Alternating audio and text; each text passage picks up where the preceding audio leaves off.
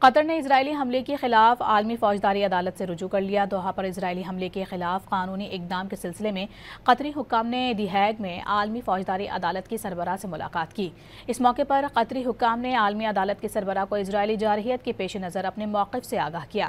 قطر کا کہنا ہے کہ اسرائیل کی جانب سے دوحہ کو نشانہ بنانا بین الاقوامی قانون کی سنگین خلاف ورزی ہے اور اس پر عالمی سطح پر جواب دہی ضروری ہے۔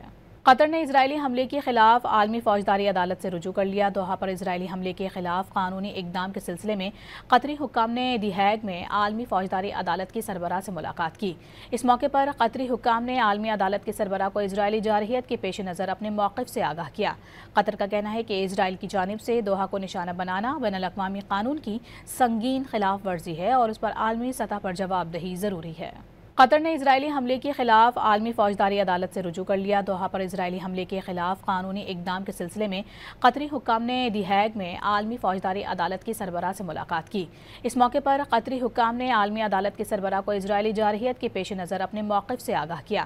قطر کا کہنا ہے کہ اسرائیل کی جانب سے دوحہ کو نشانہ بنانا بین الاقوامی قانون کی سنگین خلاف ورزی ہے اور اس پر عالمی سطح پر جواب دہی ضروری ہے۔